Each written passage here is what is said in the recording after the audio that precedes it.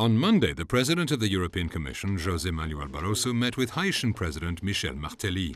The two discussed the need for a stable political climate in Haiti, to reform the country's entire security sector and strengthen its judicial infrastructure.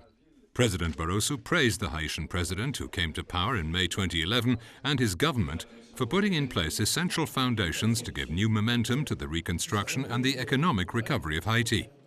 President Barroso also spoke of the need to guarantee a stable political climate, calling for all sides in the country to show a sense of responsibility and strike compromises. President Martelly used the occasion to thank the EU for the humanitarian aid it's provided to his country after the devastating earthquake in 2010 and also after Hurricane Sandy ravaged the country earlier this month. The Special European Council dedicated to the future European budget for 2014 to 2020 then topped the agenda of President Barroso. On Wednesday, the President travelled to Strasbourg to address the European Parliament's plenary session ahead of the European Council. Speaking in front of the parliamentarians, President Barroso emphasized that nothing less than the stability and prosperity of Europe are at stake in the negotiations. He called on the member states to show responsibility and to secure a deal before the end of the year, and he defended the European Commission's proposal, as it puts the restoration of growth and jobs for Europe into its very core. He also stressed that the budget negotiations can be perceived as a key test of Europe's credibility.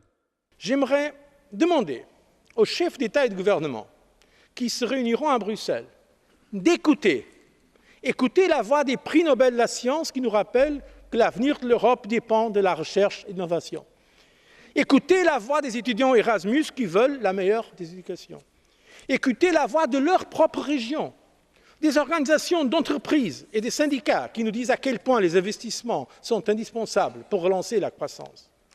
La voix des entrepreneurs qui attendent des investissements dans les infrastructures pour connecter l'Europe par le transport, l'énergie et le numérique.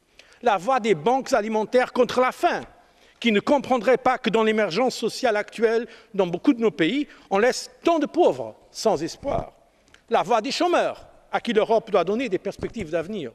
La voix de nos partenaires internationaux, des organisations humanitaires, des organisations non gouvernementales, qui demandent à ce que l'Europe reste engagée dans le monde, dans l'aide au développement, dans le leadership de la lutte contre le changement climatique et pour un développement soutenable. La voix des enfants qui, à travers le monde, nous disent que sans l'Union européenne, ils n'auraient plus d'espoir. Je demande aussi aux gouvernements européens d'écouter aussi la voix de ce Parlement démocratiquement élu, qui représente les citoyens et les Européens. Je les demande d'écouter pour que nous puissions avoir une Europe plus forte, une Europe de la croissance et de l'emploi.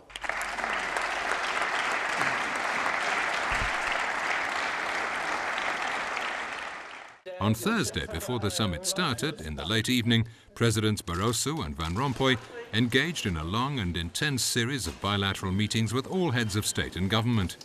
The negotiations at the summit itself continued until Friday evening, when the leaders decided that more time is needed to reach the final consensus.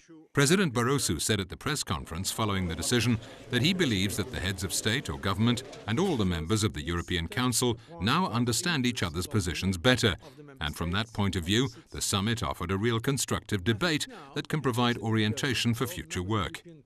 He also stressed the very unique circumstances under which this multi-annual budget is being negotiated: the economic crisis, the fact that for the first time ever in the European Union's history, leaders are discussing real cuts and not an increase in the budget, and the increased complexity of decision-making with 27 member states and Croatia around the table. The reality is that the EU budget is small, only around 2% of total public expenditure in the EU and 1% of the EU GNI.